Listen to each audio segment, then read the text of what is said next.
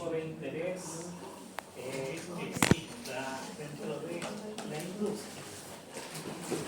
Existen algunos organismos modificados genéticamente, animales por ejemplo, que presentan una gran ventaja a nivel comercial y a nivel social en algunos casos, como por ejemplo se sabe que la mayoría de las personas que son alérgicas a gatos y perros son alérgicos a una glicoproteína que producen la FeLV1 y la CAM-1 para felinos y para perros, y estos son los que producen entonces las alergias de las personas. ¿Qué es lo que se ha hecho? Se ha logrado producir felinos y perros que no producen esta glicoproteína. ¿Cómo se hace esto? Se ha removido o se ha inhibido la acción de esta glicoproteína dentro de estos organismos. Por lo tanto, hoy en día se pueden encontrar dentro del mercado gatos y perros que no producen alergia en aquellas personas que presentan una alergia. Y eso, por lo tanto, genera una ventaja bastante buena social para las personas que quieren tener o necesitan tener un felino o un perro, un gato o un perro, y eso significa a la vez un precio más elevado por estos organismos, por lo tanto es una ventaja económica. Y eso hoy en día se puede encontrar en el mercado, así que si alguien tiene una alergia a alguno de estos organismos y mucho dinero, puede conseguir este tipo de organismos modificados genéticamente. Profe, ¿y a los perros y a los gatitos no les afecta no tener esa glicoproteína? Hasta donde se sabe, no. ¿No cambia nada? Hasta donde se sabe, no. Quizá el comportamiento del grupo podría tener algún efecto. Pero en el desarrollo, no, y por lo tanto esa es la razón por la cual se puede aceptar comercialmente. Si sabemos que la modificación genética produce un daño en el organismo, en su sobrevivencia, normalmente no existe una licencia o una patente para poder hacerlo y vender. Por lo tanto, en esos casos quedaría un mercado limitado a los países que no firman este tipo de tratados, pero países como todos los países de hecho de América, esto no se puede hacer. Si hay un problema ético que genera un daño en la especie, no se puede. Bueno, existen muchos tipos de organismos genéticamente modificados, algunos no de interés ni de venta en el mercado, pero que permiten o han permitido demostrar la eficiencia de estas metodologías. Lo que están viendo ahí es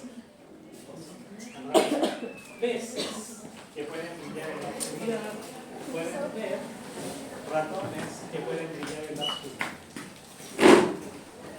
¿Para qué nos serviría tener ratones que brillan en la oscuridad? ¿Por qué podríamos querer tener ratones que brillan en la oscuridad? Para nada, ¿cierto? Para encontrarlos. Para encontrarlos, claro. Bueno, esos son experimentos que se han hecho en laboratorio y que finalmente lo que se hace normalmente es que estos organismos mueren o se van después de un tiempo. ¿Por qué? Porque lo que permiten es demostrar, en este caso, permite demostrar que la fluorescencia natural de algunos organismos se puede incorporar ese gen a otros organismos, incluyendo mamíferos. Hoy en día sabemos que existen muchos organismos fluorescentes. ¿Conocen algunos? Algunos reptiles. Reptiles, peces, medusas, tenemos muchas medusas, tenemos dinoflagelados, unas microalgas. Hay lugares del mundo donde uno se mete al agua y el agua brilla en la noche porque va chocando con estos organismos, reaccionan por fluorescencia. Peces existen muchos, insectos también, mamíferos no hasta donde sabemos, pero en este caso sí existen algunos como estos ratones que han sido modificados genéticamente. ¿Y qué es lo que se hace en esto? Es que se toma una célula fertilizada, en este caso un ovocito fertilizado, y se incorpora en la parte dentro de la fertilización, dentro del ADN el ADN paterno, se incorpora un ADN modificado y esta célula fecundada se incorpora en una hembra que puede tener crías, y ahí lo que se logra hacer es la reproducción. Cuando este animal logra tener sus crías, pueden nacer algunos de estos organismos con esta propiedad que es de interés, como en este caso la fluorescencia. Como digo, la fluorescencia obviamente no hay un interés en esto. Es muy poco ético si se llega a vender un organismo así, porque el organismo presenta más desventajas que ventajas. Pensemos en un gato. Si tenemos un gato que se ha hecho, gato modificado genéticamente, que presenta fluorescencia, y ese gato se escapa en la noche. Por lo tanto, genera una desventaja, y esa es la razón por la cual esto no se puede. Normalmente la mayoría de los países, la mayoría de los laboratorios no pueden generar la venta de este tipo de organismos. Acá, no sé si se aprecia bien, pero son gatos que han sido modificados genéticamente, gatos transgénicos, que pueden presentar esta fluorescencia. En este caso vemos este gatito que nació, que brilla un poco solamente en la noche.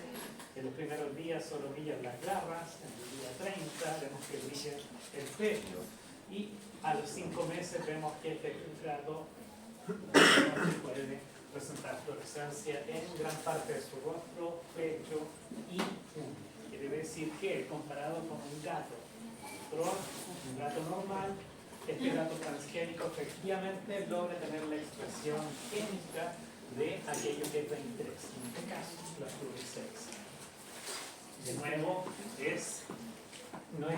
no se considera, en este caso, para poder hacer esto se requiere una cantidad enorme de permisos éticos para demostrar el fin, porque alguien podría decir, andan modificando genéticamente gatos para que brillen en la oscuridad sin ningún sentido, y efectivamente hay un punto ahí, pero el gran punto es que en este caso se logra comprobar que este gato puede incorporar un gen de otro organismo, en este caso de un pez, que puede, y por lo tanto puede brillar en la oscuridad. ¿Qué es lo que demuestra esto? Demuestra que es obviamente visible el efecto de la incorporación de este gen, pero esto sentó las bases para decir podemos incorporar cualquier gen de un pez en humanos. Y por lo tanto, si tenemos algún gen que sea extremadamente interesante dentro de estos peces, nosotros podemos incorporarlo dentro de los mamíferos. Como por ejemplo, existen peces que sobreviven a temperaturas bajo cero. ¿Ya? En Antártica, alrededor de Antártica, como el agua es marina, el agua se mantiene líquida, pero a temperaturas bajo cero. 2 grados bajo cero, 3 grados bajo cero, el agua del mar, y se mantiene líquida, pero existen peces viviendo ahí. Cualquier otro pez que ponemos en ese lugar, a esa temperatura, va a morir. ¿Ya? Pero esos peces presentan unos genes especiales que le permiten la sobrevivencia. ¿Qué pasa si nosotros a futuro, por ejemplo, quisiéramos tener chanchos en Antártica? ¿Ya? Pongamos bajo una situación muy peculiar, que no se puede vivir en otro lugar del mundo excepto en Antártica. ¿Ya? En ese caso, nosotros sabemos que ya tenemos estos genes que se podrían incorporar en chanchos para poder que nuestra especie se pueda alimentar viviendo en Antártica. Obviamente, por ir a vivir, mientras se puede vivir en todo el resto de los continentes, no se va a permitir hacer eso. ¿Ya? Pero la idea es tener la tecnología. ¿Para qué? Para que cuando se necesite esté disponible. ¿Ya? Entonces, todo este tipo de avances tecnológicos en la biotecnología siempre existen. Y cuando se hace visible, la mayoría de gente dice, no, se hizo en 6 meses, en un año. No, en realidad está guardado desde hace años ahí. ¿Ya? Lo que les decía al principio de la clase, lo mismo con las vacunas basadas en ARN mensajero, la tecnología estaba. Simplemente no había necesidad de usar. Las vacunas, tal como se conocía, eran eficientes. Hoy en día sabemos que, por ejemplo, con esa vacuna, la vacuna del ARN mensajero, hoy en día en Europa y Canadá y Estados Unidos se utiliza una única vacuna que permite prevenir o reducir el contagio de COVID, influenza y una gripe aviar, una tercera. Existen por lo menos 3 virus extremadamente potentes que ahora se pueden incorporar en una única vacuna. ¿Cómo? Tuberculosis, ¿no? No sé si, parece que hay una, el otro día vi que había una, estaban desarrollando ahora casi todas las vacunas nuevas en base a ARN mensajero porque es extremadamente eficiente, rápido y tiene la ventaja ya comprobada de que no se incorpora el material genético en las personas, que hay personas que, porque desconocen cómo funciona esto, piensan que se podía realizar. Lo bueno, cuando uno desconoce algo tiene toda la inquietud de válida, pero no se ha comprobado casos en los cuales efectivamente esto pueda ocurrir. ¿Ya? Si existen por si acaso virus que sí pueden incorporar material genético en nosotros, pero otro tipo de virus, no como el COVID no tiene posibilidad de hacerlo tan de examen. Bueno, existen estos organismos genéticamente modificados, ahí tenemos un fin, o sea, un principio que nos muestra que esto se puede realizar y que es visible, y por lo tanto estamos seguros que el organismo se modificó genéticamente. Ahora esto tiene aplicaciones extremadamente positivas. ¿Ya? ¿Qué pasa cuando nace un bebé humano? En algunos casos tenemos un bebé que nace sano y que la mamá tiene algún problema o por alguna razón el bebé no puede alimentarse de leche materna. ¿Qué hacemos? Se le da Fórmula. suplemento de otra leche. Suplemento. Y es bueno. Relativamente no es tan bueno. No es tan bueno, pero es una buena solución. Pero es una opción que. Es totalmente válido, tal como lo conocemos, si no, la opción sería que el bebé no se pudiese alimentar. Antes que lo que hacía, existía el concepto de nodriza, que eran mujeres que amamantaban a bebés de otras mujeres que no podían dar leche. ¿Cuál es el problema de eso? ¿Cómo? Le pueden transmitir Pueden otras transmitir enfermedades por la leche. Así es, sí, tenemos que asegurarnos que esa madre también cumple con todo lo que nosotros queremos, el tipo de dieta, que no consuma alcohol, que no consuma tabaco, café, todo lo que sea, que pueda tener alguna repercusión negativa en el bebé. Por lo tanto, y sobre todo por las posibles enfermedades, es un método que no se utiliza, excepto en casos extremos. ¿Ya? Entonces, para ir a catástrofes grandes y a veces se ha vuelto a utilizar de forma particular. Pero en general tenemos que los bebés se deben alimentar ahí de esta forma. ¿Qué hicieron unos argentinos hace algunos años? Lograron hacer lo siguiente. Tomaron unas células que se llaman fibroblastos de una vaca, en este caso una raza Jersey, y tomaron estos fibroblastos de parte de la piel de la oreja, que son unas células de soporte, y las cultivaron en laboratorio. ¿Ya? Cultivaron las células solamente en laboratorio. ¿Qué pasó? También tomaron un vector con algunos genes humanos, ¿ya? Unos genes humanos que generaban unas proteínas que normalmente se pueden encontrar en la leche materna. ¿Qué hicieron? Estas células las cultivaron y les incorporaron el vector con los genes humanos que producían estas proteínas que eran de importancia dentro de la leche materna. Tomaron estas células con material genético que ellos querían, tomaron un ovocito, una célula femenina, célula sexual femenina, y extrajeron el núcleo y le incorporaron esta información genética que se deseaba. ¿Ya? ¿Qué se hizo? Se logró fecundar esta célula con este material genético que generaba esta proteína que se pueden encontrar en la leche humana. Y se generó un embrión. Y este embrión fue fue puesto fue transferido a una vaca receptor. Y luego, a 9 meses, nació una vaquita. ¿Ya? Nació esta vaquita, y esta vaquita, ¿qué tenía de particular? Esta vaquita hoy en día puede producir leche a través de la leche de vaca, pero que tiene las proteínas que necesitan los bebés para sobrevivir. Es decir, una leche que la produce la vaca, pero que es muy similar a la leche materna.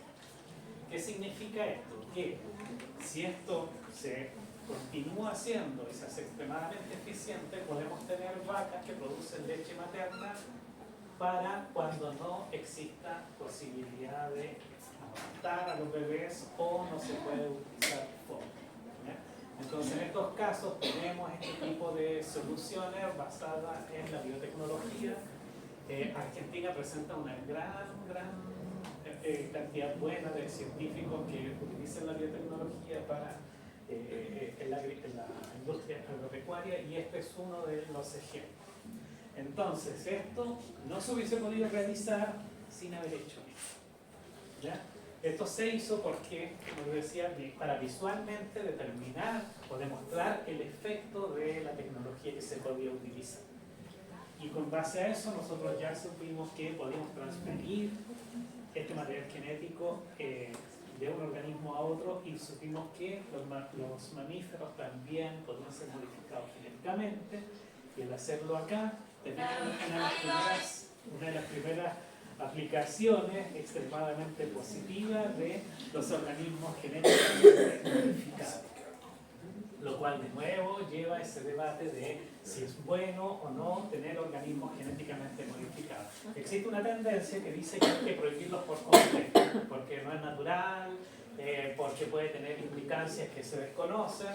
Ambas posturas, o sea, ambas opiniones extremadamente válidas. Pero por otro lado, tenemos esta opción. Entonces, siempre existe ese debate de si es bueno o no tener estos organismos genéticamente modificados. En el caso de las especies vegetales puede ser un poco más complicado. ¿Por qué? Porque estos organismos genéticamente modificados normalmente son organismos que se reproducen por esporas. Y las esporas pueden generar híbridos con las especies nativas se teme, lo que teme una parte de la opinión es que si los organismos que se producen no son estériles, pueden incorporar estos genes nuevos dentro de especies naturales. Y eso sí tiene un impacto negativo y es una de las cosas que no se quiere realizar. Sucede también con los peces. Los peces también se reproducen, algunas especies de importancia comercial, naturales, se reproducen en cautiverio, y si se liberan nuevamente podrían incorporar estos genes, y eso es poco ético. Sería como liberar un experimento. Entonces ahí siempre existe un debate, pero en el lado positivo, tener OGM significa que literalmente en muchos lugares del mundo las personas no mueren de hambre. O sea, tener trigo modificado genéticamente significa que podemos tener trigo en cualquier país hoy en día, independiente del clima. Tener maíz modificado genéticamente significa lo mismo, y significa que mayor cantidad de nuestra población puede, o sea, de nuestra especie puede acceder a alimentos. En este caso, salvar bebés. Entonces, existe este problema, o sea, este debate que no se va a solucionar ni en esta clase ni dentro del año, es punto a punto. Existen organismos genéticamente modificados en la producción animal. Esto es bastante importante. Tenemos algunos organismos como estos salmones modificados genéticamente que podemos incorporar. ¿Conocen el salmón chimú? Sí. ¿Sí? Es un salmón bastante grande. No sé si alguien ha pescado alguna vez. Sí. Son muy grandes. Bueno, obviamente en Chile los que se encuentran son introducidos, son especies que no son de acá, son especies del Atlántico Norte. Y estos salmones tenían en general un tamaño relativamente grande, pero no excesivamente grande. Sin embargo, en algunos casos, ¿qué es lo que se ha hecho? Se han modificado algunos organismos, se ha puesto un promotor en base al gen de un organismo, zoaces americanos, otro tipo de pez, y se han generado organismos extremadamente grandes, producto de modificaciones genéticas. Entonces tenemos unos salmones hoy en día que son muy, muy grandes y que tienen una gracia. El salmón no crece de forma pareja a lo largo de todo el año, ¿ya? Por lo tanto, un salmón de no sé, 3 años quiere decir que ha crecido durante 3 temporadas, no a lo largo de 3 años. Un salmón modificado genéticamente en base a esto, como en el caso del Chinook, es un salmón que crece parejamente a lo largo de 3 años, por lo tanto alcanza el doble o más del tamaño de un organismo natural de 3 años. Y eso, por lo tanto, presenta, pues es una situación bastante positiva para la industria. Obviamente, en el caso de conservación de especies nativas en Chile es extremadamente negativo, porque algunos de estos de vez en cuando se escapan, y eso significa que es un organismo que ya no se va a quedar que sea nativo, sino que de 200, 300 o 500. ¿Ya? Ahora, si quedan encerrados, siempre estuviesen encerrados, sería otro tema. Ahora, hay gente que, de hecho, los salmones normalmente pueden encontrar salmones que tienen también este logo de no OGM, es decir, que en realidad las siglas siempre lo usan en inglés, el GMO, ¿ya? Es lo mismo, organismo modificado genéticamente, pero en inglés, y eso quiere decir que hay gente que prefiere ese salmón por sobre el otro. Hay gente que en términos de gusto dice que el salmón modificado genéticamente presenta una mayor cantidad de grasa, por lo tanto puede no ser tan rico como... Yo sé. Sí. ¿Qué pasa? Es totalmente diferente. El tema de la, ¿cómo se llama? Introducción de especies Sí. que no corresponden al hábitat. Por ejemplo, ya como el tema de los salmones, pero acá en Concepción con el tema de las tortugas de orejas rojas. ¿Qué sucede en esos casos? ¿Qué control hay ahí? ¿Quién los controla? Sí. Porque yo Ya, veo esto que no tiene que ver sí. con este tema, pero solo para aclarar, existe un control, es relativamente complicado porque uno puede llegar y sacar una especie, ¿ya? O sea, si uno atrapa una polilla, legalmente está mal, ¿ya? Si uno mata una mosca, legalmente está mal, ¿ya? Todo eso está mal porque estamos eliminando en ese caso organismos sin tener un permiso exacto, ¿ya? En el caso, obviamente nadie se preocupa de si uno usa insecticida y mata moscas, pero cuando tenemos organismos grandes la gente sí se preocupa, ¿ya? Por la misma razón por la cual por ley no se puede, se propuesto algunas veces eliminar perros callejeros, por ley no se puede porque es un mamífero, es un organismo grande, una cierta empatía con las tortugas es relativamente complicada, por lo mismo. Son organismos por los cuales la gente sufre empatía, sin embargo, son especies introducidas que se están destruyendo el ambiente, están modificando el ambiente. Y hoy en día algunas municipalidades han logrado tener permiso para controlarlas, para poder erradicarlas de lugares. En el caso talcahuano, están tratando de erradicarlas del canal Ifácil, porque la gente las tenía en sus acuarios, cuando se ocurría las tiraba ahí. En la mayoría de las lagunas ocurre eso, y están tratando de erradicarlas con algunos permisos. Pero si llega a haber una oposición grande, puede que no se permita. Claro. Eso siempre depende del balance entre la ley y lo que permite la población. Bueno, genéticamente, cuando modificamos organismos, yo les contaba que una de las técnicas que se utiliza más hoy en día es el CRISPR o CRISPR-Cas9 o Cas9, que es la modificación genética más avanzada que tenemos. Es una modificación en la cual lo que se hace es que se incorpora o se remueve, se incorpora o se repara por completo, como queramos verlo, parte del genoma de un organismo.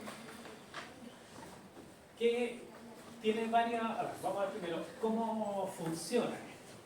Se toma una secuencia guía, que es la secuencia de ADN que se quiere reemplazar o que se quiere modificar Esto va pegado a una ARN guía y va incorporado a una proteína, la CAS9 o Cas9, que lo que va a permitir va a ser cortar ADN.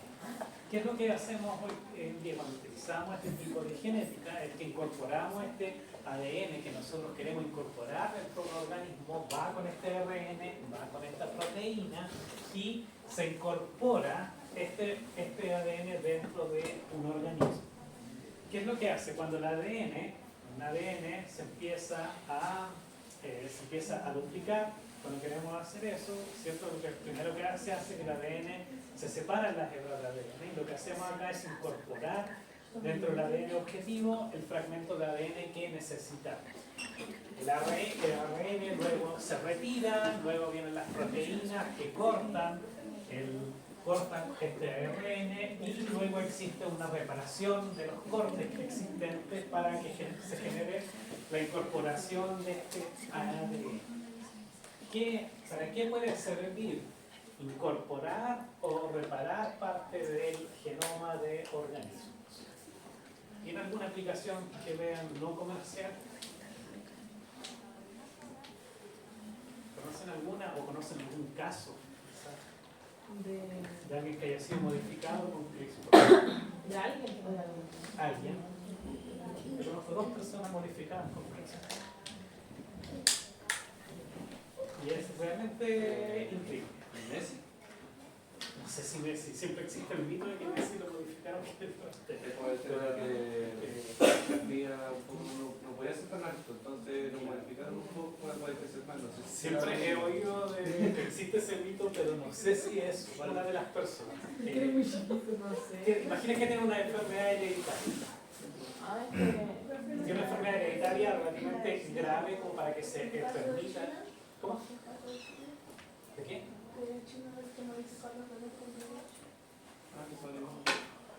Se puede, bueno, China es uno de los países que no firma los tratados que tenemos junto con Rusia, no sé si es Pakistán, creo que es por otro. Y por lo tanto ahí tampoco sabemos qué tan cierto es lo que han hecho, al menos normalmente no comparten la evidencia y son cosas, pero no siempre muestran que todo es replicable. Entonces ahí hay alguna duda. Pero por ejemplo, si tiene una enfermedad que es hereditaria y que saben que la están desarrollando, esa persona la pueden modificar genéticamente cuando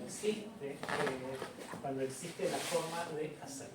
Entonces, ¿qué es lo que se hace? Se modifica parte del genoma que presenta que va a desarrollar una enfermedad y se repone una parte del ADN que es sana. ¿Qué ocurre con esa persona?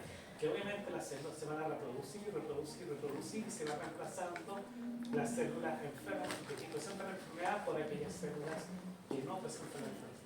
Y por lo tanto la persona se puede sanar.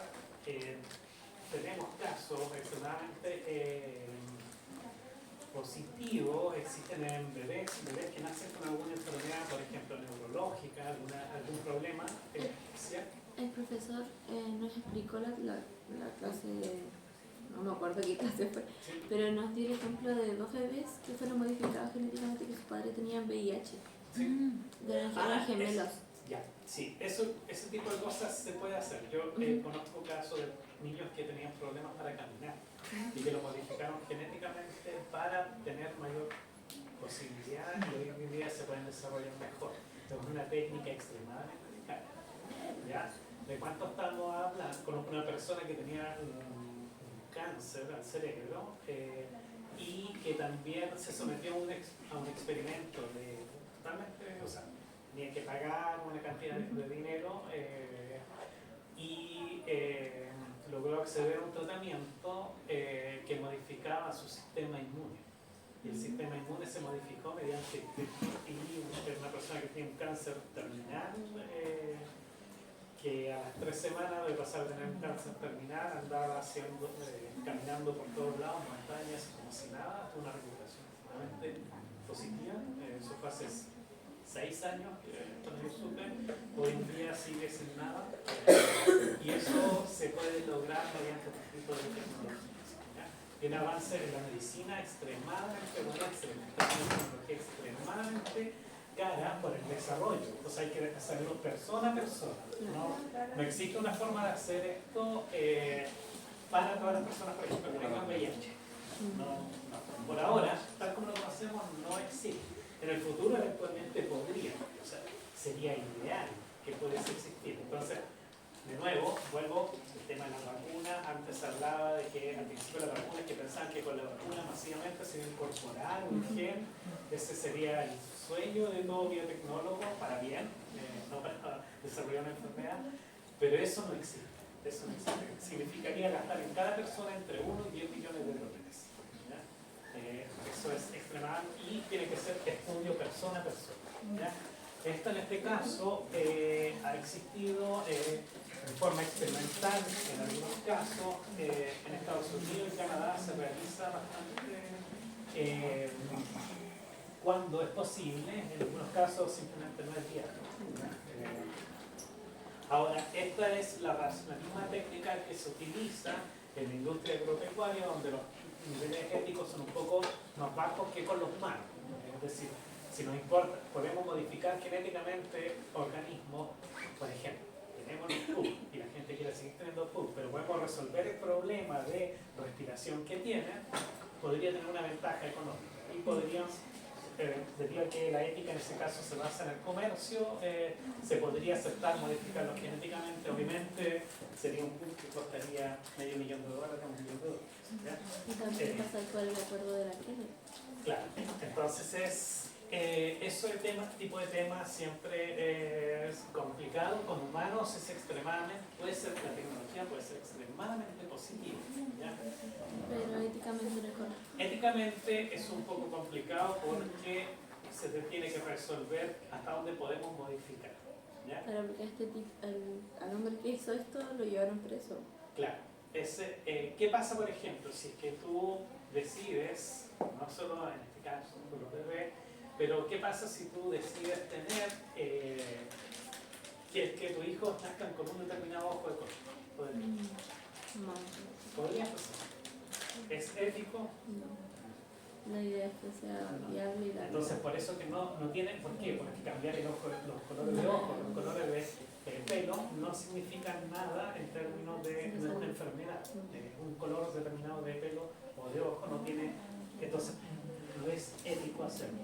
Salvar a una persona especial, a infantes, de desarrollar una enfermedad tiene un potencial bastante grande. Modificarlos, por ejemplo, genéticamente, personas mayores de 80 años, no. ¿Por qué? Porque puede significar, en ese caso, también abrir la puerta a otras cosas. Por ejemplo, extender la vida de una persona, no a miles de años, ni a 300 años, pero puede curarla a una persona que en realidad no tiene sentido ético. ¿Ya? Una persona de 80 años ya está en vías de... Entonces podría morir en cualquier momento. No quiero matar a los demás de 80.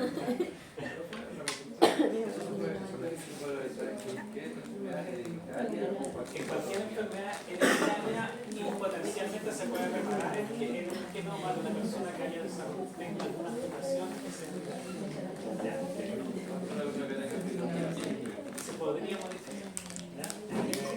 Podría modificarlo, pero de nuevo la tecnología no es algo que normalmente conozco un caso de Chile y esa persona tuvo que viajar a Estados Unidos para hacer el tratamiento y hacer una campaña con la TV para el niño, para costar mucho dinero. Otra persona que conozco es de Canadá, bueno, que el sistema de salud es gratuito, entonces en realidad pueden financiar $1,000,000 sin tener que hacer una campaña. Pero existe esta opción. Entonces esto en la industria agropecuaria puede tener ventajas muy grandes y es parte de lo que se está haciendo. La tecnología, esta CRISPR-Cas9, se basa entonces en que tenemos una proteína, una nucleasa, que es la que permite cortar, determina el sitio de corte del ADN. Tenemos un ARN blanco, sRNA, que es lo que acompaña al ADN guía, que es el ADN que nosotros queremos incorporar o que queremos modificar. En base a la reparación del ADN puede ocurrir de dos, una vez que existe un problema en el ADN, una vez que se corta parte del ADN, la célula tiene dos mecanismos de reparación.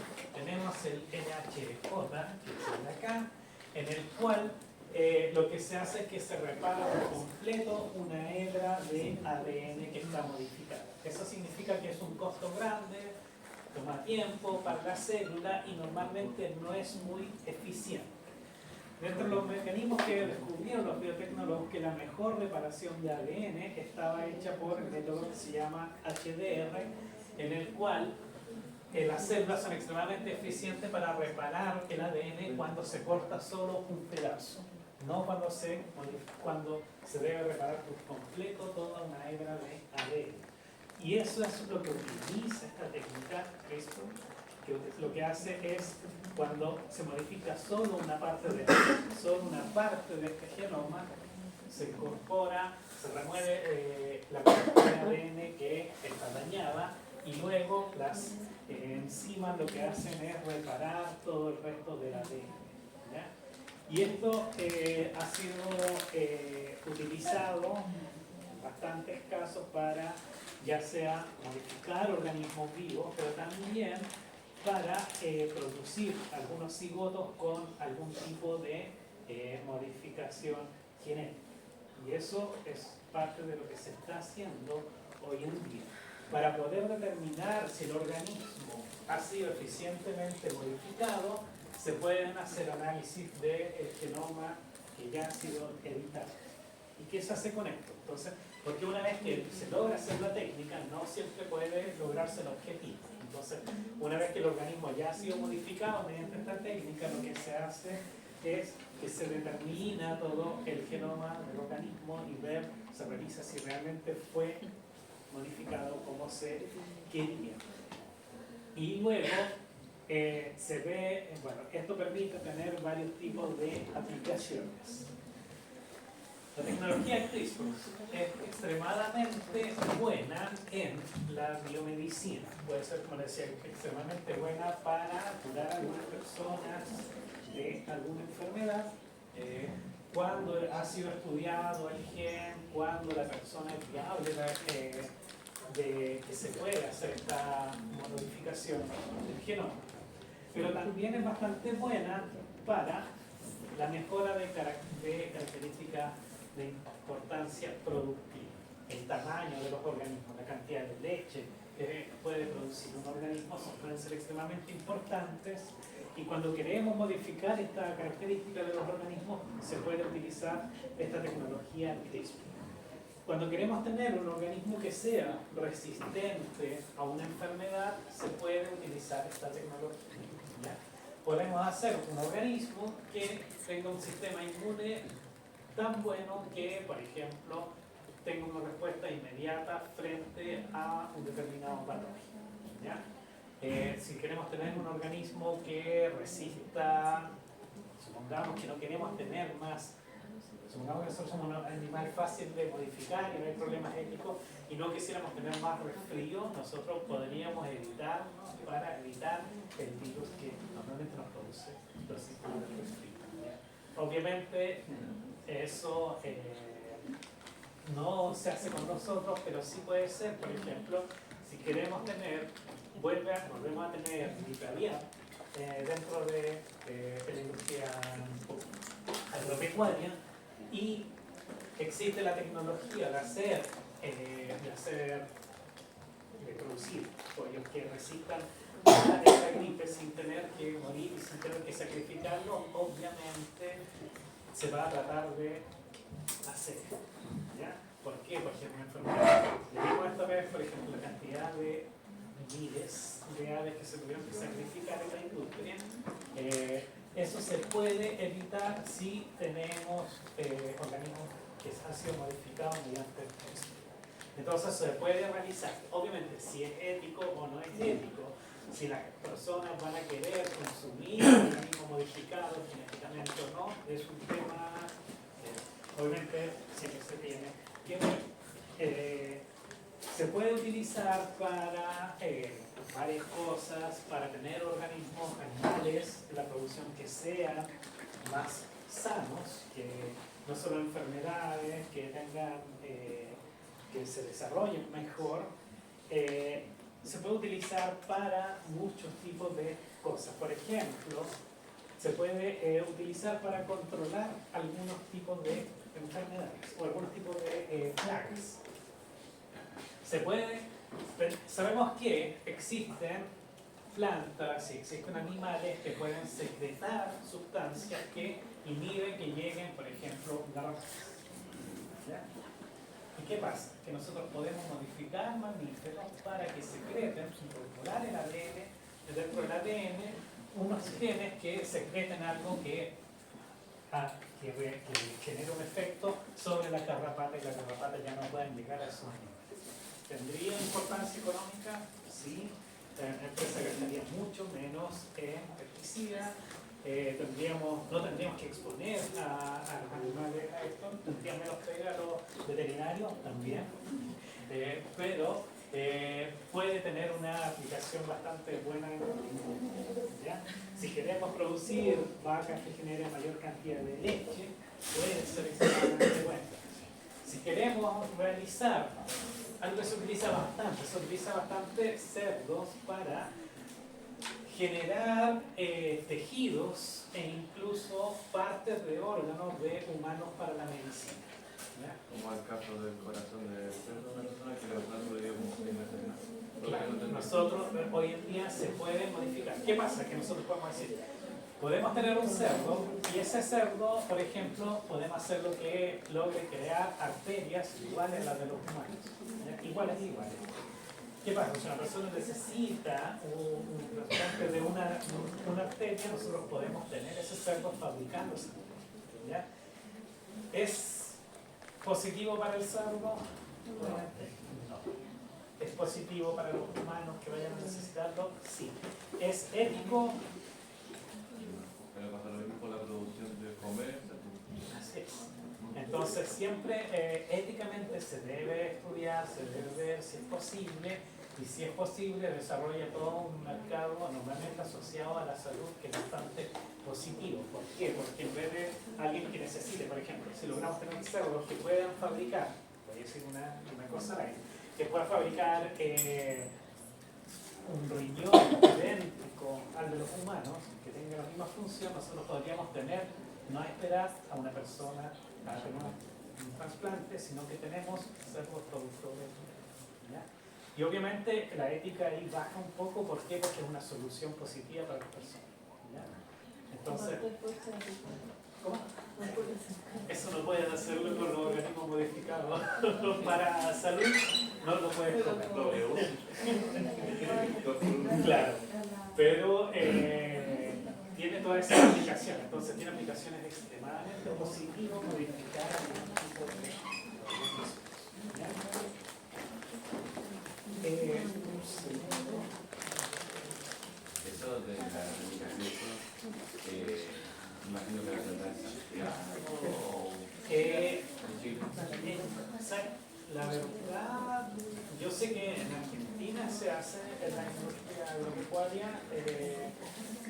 En Chile, los casos que he visto, que conozco casos niños y que he visto campañas en la TV, en general son los tratan de mandar a Estados Unidos. Entonces no sé si el tratamiento acá todavía es muy caro o está en fase experimental para humanos, pero yo creo que la industria agropecuaria se debe cruzar, porque es lo que, ahora, ¿qué tan nuevo es? Masivamente lleva unos 5 años de forma masiva, por lo tanto, sé que hay investigación en la UC, en la Universidad Católica en Santiago, y en la Chile, pero no sé qué tan masivo se está utilizando hoy en día. O sea, normalmente viene gente de Argentina, gente de Estados Unidos a mostrarle técnicas de lo que se hace, e incluso a veces traen ya todo listo. Tienen que llegar y vender. No se casi nada acá. Bueno, tenemos entonces que los organismos pueden ser modificados genéticamente y dentro del mejoramiento genético y del estudio genético de los organismos hay algo que hay que conocer bien, que son los marcadores moleculares. ¿Vieron? ¿Han visto marcadores moleculares? Sí. En el trabajo. En el trabajo de edición, en el plástico, el ABP de la cátedra 3. Es el mismo curso, pero vamos en el Select Second y vamos en la clase 7. Sí. Está más atrasado, entonces todavía no. Bueno, tenemos marcadores moleculares. Los marcadores, ¿saben entonces qué es un marcador molecular?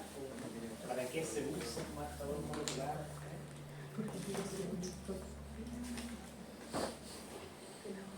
¿Qué es un marcador molecular? Una herramienta. Una herramienta es algo que utilizamos en genética. Un marcador es normalmente una secuencia dentro del genoma, un par de pases de interés, una parte del genoma que nos interesa. ¿Por qué? Porque conocemos sus capacidades de heredabilidad de este gen, de este fragmento o de esta base, como en el caso de los SNPs, y que puede tener una importancia bastante grande. Digamos que acá tenemos un gen de interés, este gen va a ser un marcador molecular, y este va a estar dentro del cromosoma, el cromosoma va a estar dentro del núcleo, el núcleo está dentro de la célula está dentro del organismo, ¿cierto? Tenemos este gen o una base dentro de este gen que nos permite identificar organismos, que nos permite determinar enfermedades y nos permite también hacer análisis de pedigrí en algunos casos. Tenemos distintos tipos de marcadores moleculares, los cuales van a tener distinta importancia para el tipo de estudio que realicemos, que van a basarse en distintos largos y van a demostrarnos distintas cosas. En algunos casos, efectos de selección natural, en algunos casos, enfermedades, en algunos casos van a ser marcadores de tipo neutral, es decir, de origen propiamente acelérado. Existen algunos marcadores que se basan en repeticiones de la secuencia, como son los microsatélites y los mini satélites. ¿De qué hablamos cuando hablamos de una repetición? Que por ejemplo tenemos un par de bases AG que se repiten dentro del genoma. Tenemos AG, AG, AG, AG. Quiere decir que cada uno de estos es una repetición, un microsatélite. Normalmente este tipo de cosas no se da dentro del genoma, excepto en cuando vemos este tipo de marcadores. Tenemos marcadores que marcan un sitio, un cambio puntual dentro del ADN. Por ejemplo, si tenemos una secuencia genética,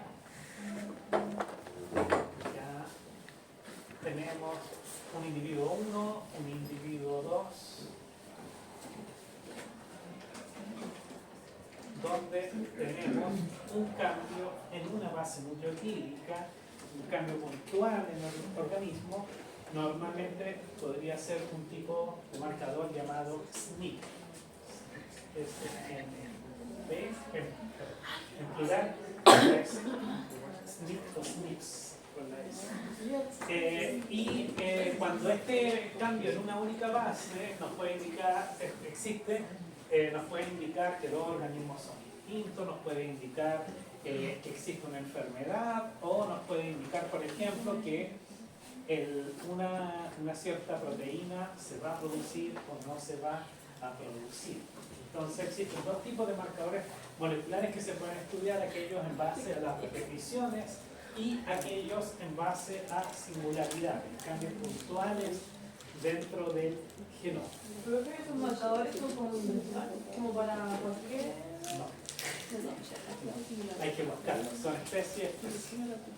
O sea, hay marcadores microsatélites que funcionan en humanos, pero no funcionan en perros, no funcionan en gatos, incluso en algunos casos dentro de población. por grupo, en algunos casos, como les decía, puede ser población a población o dentro de una especie. Existen algunos que pueden cruzar a todas las especies, que son intraespecíficos, pero en general son intraespecíficos. ¿Ya? Existen entonces dentro de estos intraespecíficos dentro de una especie, intraespecífico entre dos especies. Dentro de estos marcadores moleculares tenemos los microsatélites, que son este caso de acá arriba, donde tenemos estos fragmentos cortos de repetición de pares de bases, que es lo que le llaman un motif o motivo. En este caso, el motivo, no sé si el Labster puede que aparezca quizás como un motivo, en este caso sería AG. ¿Ya? Y el número de repeticiones es informativo. Por ejemplo, en este caso tenemos 3, un AG 5. Tenemos 5 veces este microsatélite. Y un organismo puede tener esto, pero otro organismo puede tener AG, y luego C, C, D, el resto de la secuencia.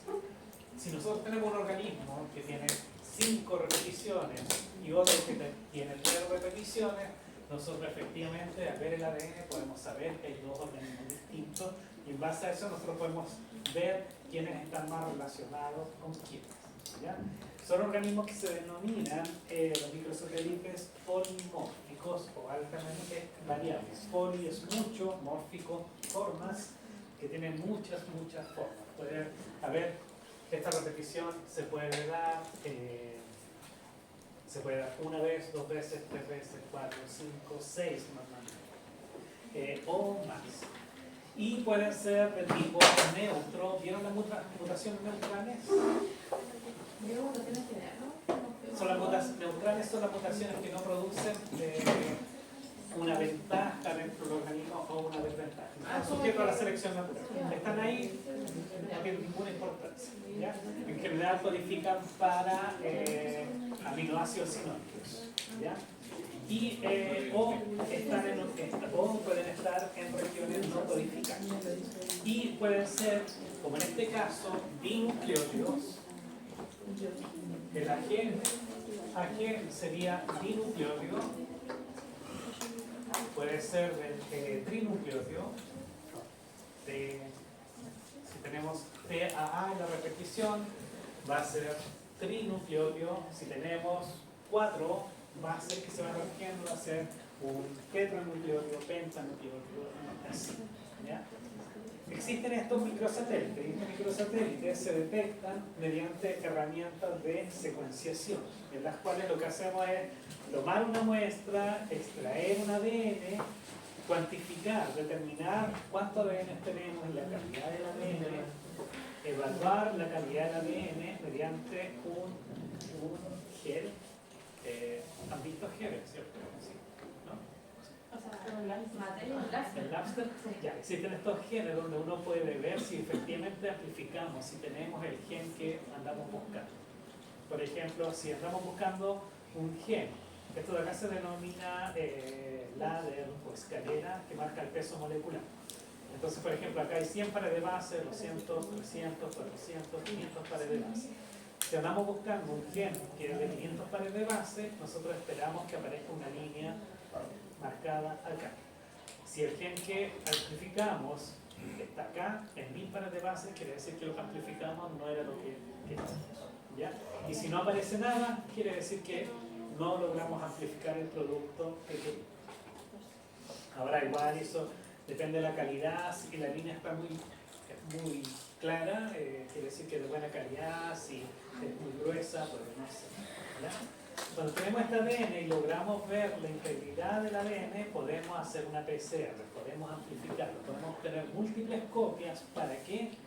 Para poder leerlo mediante electroforesis, en la cual vamos a ver si efectivamente existe o no la presencia de determinados alelos. En este caso, uno de los mix que vemos acá nos dice que existe un cierto alelo. En este caso, un alelo que va entre, está en la base 138 y otro 141. y nos dice que existe el alelo base, que mide 138 para la base y el otro 142. En ese caso, cuando vemos eso, nosotros sabemos que tenemos dos alelos, que tenemos un individuo que es heterocigo en base a eso. Ahora toca el nuevo recreo, ¿no? Sí, me pasé. ¿No saliste? ¿No está bien? Ya, hablé con Elkin, me dijo que hay problemas, así que me pidió que hiciéramos la lista en papel. No sé si tiene una hoja, si no voy a buscarla a la Biblia. ¿Ya? Porfa, si la van a mandar.